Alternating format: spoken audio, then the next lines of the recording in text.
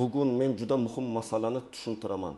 2026 yil 8 avgustgacha ariza bermagan odam to'lovdan quruq qolishi mumkin. Bu gap qo'rqitish uchun aytilayotgani yo'q. Amaliyotda ko'p odam aynan menga baribir avtomatik tushadi. Keyin topshiraman, mahalladan aytishadi deb yurib, pulini vaqtida ola olmay qoladi. Shuning uchun bu ma'lumot har bir oila, har bir pensioner, har bir nafaqa oluvchi, har bir merosxo'r va davlat to'loviga umid qilayotgan fuqaroga tegishli bo'lishi mumkin. Men sizdan iltimos qilaman, hozir kanalga obuna bo'ling, videoga like bosing va oxirigacha diqqat bilan eshiting. Chunki bugungi mavzuda bitta sana bor, bitta ariza bor, bitta xato bor. Shu xato tufayli odam o'ziga tegishli pulni ola olmay qolishi mumkin. Avval qanday edi? Ko'pchilik davlat to'lovlari, kompensatsiyalar, nafaqalar yoki qayta hisob-kitoblar bo'yicha shunday o'ylardi. Agar menga tegishli bo'lsa, davlatning o'zi topadi, ro'yxatga kiritadi, pulni kartaga tashlab beradi. Ba'zi holatlarda bu haqiqatan ham shunday ishlaydi. Masalan, ayrim pensiya to'lovlari bazadagi ma'lumotlar asosida avtomatik yuritiladi. Ayrim ijtimoiy to'lovlarda ham idoralararo ma'lumot almashinuvi bor. Lekin hamma to'lov avtomatik emas. Eng katta xato mana shu yerda. Ayrim pul to'lovlari faqat ariza asosida beriladi. Ya'ni sizda huquq bo'lishi mumkin, hujjatingiz to'g'ri bo'lishi mumkin. Siz haqiqatdan ham pul olishga loyiq bo'lishingiz mumkin, lekin ariza bermasangiz, tizim sizni talabgor sifatida ko'rmaydi. Tizimda bu odam pul so'rayapti degan harakat bo'lmasa, ish yuritish boshlanmaydi. Endi nima o'zgardi? Muhim o'zgarish shundaki, bunday to'lovlar bo'yicha muddat masalasi qat'iylashmoqda. 2026 yil yonbashi avgustgacha ariza berish kerakligi aytilayotgan bo'lsa, demak bu sana oddiy tavsiya emas. Bu sana odamning pul olish huquqini amalda saqlab qoladigan chegara bo'lishi mumkin. Kechikkan odam men bilmagan edim. Menga hech kim aytmadi. Men qishloqda yashayman. Internetim yo'q edi desa ham, ko'p holatda hujjat qabul qilish tartibi muddatga qaraydi. Men buni oddiy qilib tushuntiraman. Huquq bor, lekin uni tasdiqlash uchun ariza kerak. Ariza bor, lekin hujjatlar yetishmasa ish to'xtab qoladi. Hujjatlar bor, lekin muddatdan keyin topshirilsa rad javobi kelishi mumkin.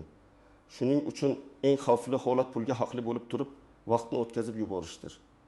Birinchi navbatda davlatdan biror to'lov, kompensatsiya, nafaqa, subsidiya, qayta hisoblash yoki meros tariqasida olinadigan pul bo'yicha huquqi bor deb o'ylayotgan fuqarolar xavotir olishi kerak. Ayniqsa, avval ariza topshirmagan bo'lsa, mening ismim ro'yxatda bo'lsa kerak deb yurgan bo'lsa, albatta tekshirishi kerak. Ikkinchi guruh pensionerlar va pensiya yoshiga yaqinlashgan fuqarolar. Ko'p odam pensiya masalasida faqat yoshga qaraydi. Aslida ish staji, ish haqi, arxiv ma'lumotlari, mehnat daftarchasi, harbiy xizmat, bola parvarishi davri, chet elda ishlagan yillar. Korxona tugatilgan bo'lsa, arxivdan olinadigan ma'lumotlar ham muhim. Ba'zi odamlar to'lov yoki qo'shimcha hisob-kitobga haqli bo'lib, ariza bermagani uchun yillar davomida kamroq pul olib yuradi.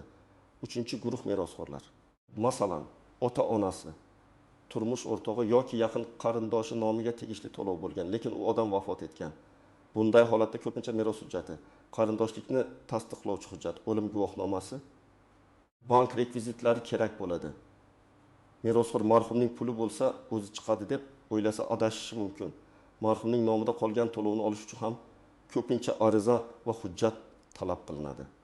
4-guruh bolali oilalar, kam ta'minlangan oilalar, nogironligi bo'lgan shaxslar va ularga qarovchilar. Bunday to'lovlarda oilaning daromadi, ro'yxatda turishi, yashash joyi, bolalar soni, nogironlik ma'lumotlari, bank kartasi va boshqa ma'lumotlar tekshiriladi. Agar biror ma'lumot bazada noto'g'ri turgan bo'lsa, ariza bermasdan turib xatoni ham ko'rmaysiz. 5-guruh chet elda yurgan fuqarolar. Ko'pchilik men hozir Rossiyadaman, Turkiyadaman, Koreyadaman, keyin borsam bo'ladi deydi. Lekin muddat sizning qayerda ekaningizga qarab to'xtab turmaydi. Agar 2026 yil 7-avgust oxirgi muddat bo'lsa, chet elda bo'lish ham xatar. Bunday odam ishonchli vakil orqali, konsullik orqali yoki elektron xizmatlar orqali masalan oldindan hal qilish yo'lini qidirishi kerak. Agar siz allaqachon ariza bergan bo'lsangiz, qabul qilinganligi haqida tasdiq raqami, kvitansiya, elektron xabarnoma yoki idoradan yozma javob olgan bo'lsangiz, eng asosiy ishni qilgansiz.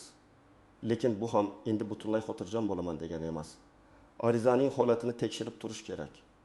Chunki ba'zan ariza qabul qilinadi. lekin hujjat yetishmagani uchun ko'rib chiqish to'xtaydi. Agar sizga to'lov allaqachon tayinlangan va har oy tushib turgan bo'lsa, bu sana sizga to'g'ridan-to'g'ri tegishli bo'lmasligi mumkin. Lekin baribir o'z to'lov turini tekshiring. Chunki ayrim holatda joriy to'lov boshqa, qo'shimcha kompensatsiya yoki qayta hisoblash boshqa bo'ladi. Agar siz huquqingiz yo'qligini aniq bilsangiz, masalan, tegishli toifa, hujjat, staj, qarindoshlik yoki mulkiy asos yo'q bo'lsa, albatta xavotir shart emas. Lekin men amaliyotda ko'rganman. Odam menga tegishli emas deb yurgan. Aslida hujjatlarni tekshirtirganda unga ma'lum davr uchun pul hisoblanishi kerak bo'lgan. Shuning uchun shubha bo'lsa, kamida bir marta rasmiy tekshiruvdan o'tish foydali. Birinchi misol, tasavvur qiling, 8 yoshli otaxon bor. U pensiya oladi, lekin mehnat daftarchasida eski zavoddagi 7 yillik staj ko'rsatilmagan. Zavod yopilgan, hujjatlar arxivga o'tgan. Otaxon endi buning foydasi yo'q deb yuradi. Agar u arxiv ma'lumotnomasini olib pensiya organiga ariza bersa, pensiyasi qayta hisoblanishi mumkin. Faraz qilaylik, o'yiga bir dataga 1000 so'm qo'shimcha chiqdi.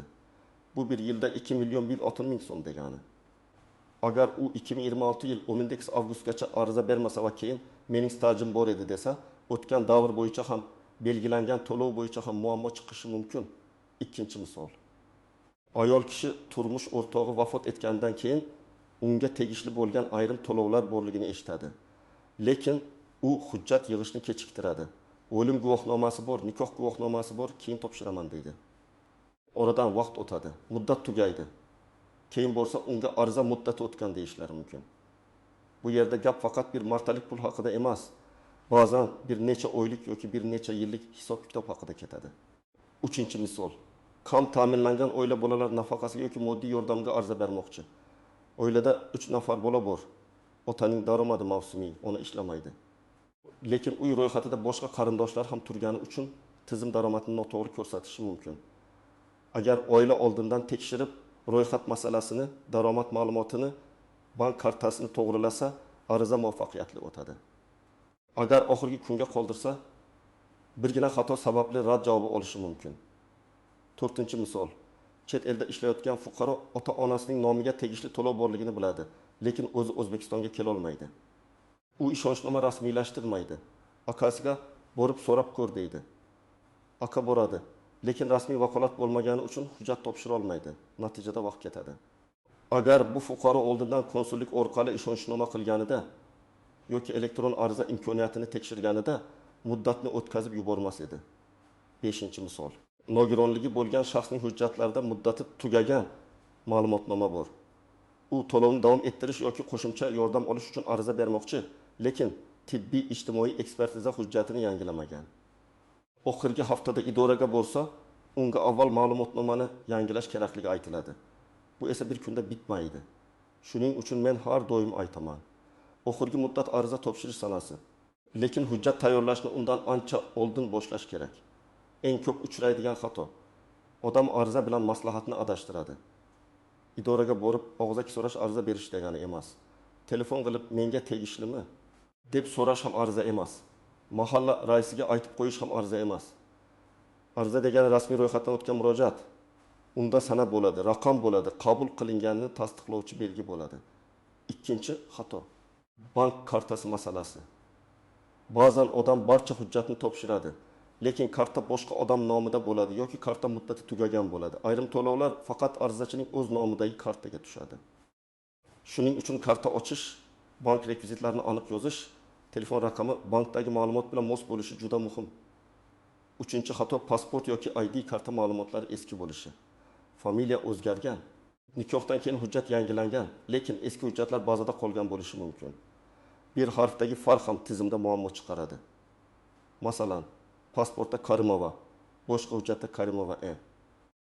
Yana bir joyda tug'ilgan sana noto'g'ri kiritilgan bo'lsa, ariza qaytishi mumkin. 4-xato odam mening qo'limda nusxa bor deb asl hujjatni olib bormaydi. Ko'p joyda asl hujjat ko'rsatiladi, nusxasi topshiriladi. Elektron arizada esa skan yoki sifatli surat kerak bo'ladi. Xira, kesilgan, yarim ko'ringan hujjat sabab ariza qaytarilishi mumkin.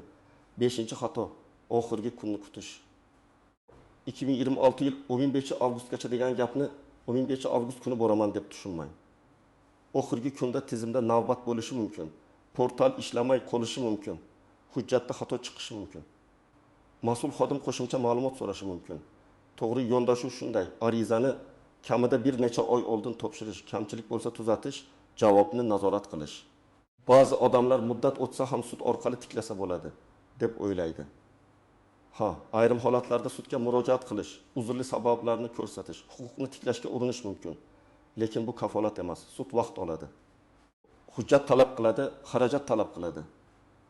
Eng muhimi, sud har doim ham men bilmagan edim degan sababni yetarli deb hisoblamasligi mumkin. Shuning uchun eng to'g'ri yo'l muddat ichida ariza berish. Yana bir nozik jihat. Ariza berilgan sana bilan hujjat to'liq topshirilgan sana farq qilishi mumkin. Agar siz ariza topshirdingiz, lekin hujjatlar yetishmasa, sizga ma'lum muddat ichida kamchilikni bartaraf etish aytiladi. Shu muddatni ham o'tkazib yubormang. Chunki ariza berganman-ku deb yurib, kamchilikni tuzatmasangiz, ish rad qilinishi yoki ko'rmasdan qoldirilishi mumkin. Yana bir masala yashash joyi. Ayrim to'lovlar doimiy ro'yxat bo'yicha, ayrimlari vaqtincha ro'yxat yoki vaqtlik yashash joyi bo'yicha ko'riladi. Masalan, siz Toshkentda yashaysiz, lekin doimiy ro'yxatingiz viloyatda. Ariza qayerga beriladi? Bu savolni oldindan aniqlash kerak. Noto'g'ri joyga berilgan ariza vaqt yo'qotadi. Meros masalasida ham ehtiyot bo'ling. Merosxo'rlar bir nechta bo'lsa, bitta odam borib hammasining nomidan pul ola olmasligi mumkin. Notarial hujjat, meros guvohnomasi, ishonchnoma kerak bo'lishi mumkin. Agar aka-uka, opa-singil o'rtasida kelishmovchilik bo'lsa, jarayon cho'ziladi. Shuning uchun merosga oid to'lovlarda hujjatlarni ayniqsa erta boshlash kerak. Chet elda ishlayotganlar uchun yana bitta nozik nuqta bor. Telefon raqamingiz O'zbekistondagi tizimlarga ulangan bo'lishi, elektron raqamli imzo yoki my.com.uz orqali kirish imkoniyati bo'lishi kerak. Agar siz chet elda bo'lib, SMS kod ola olmasangiz, portalga kira olmaysiz.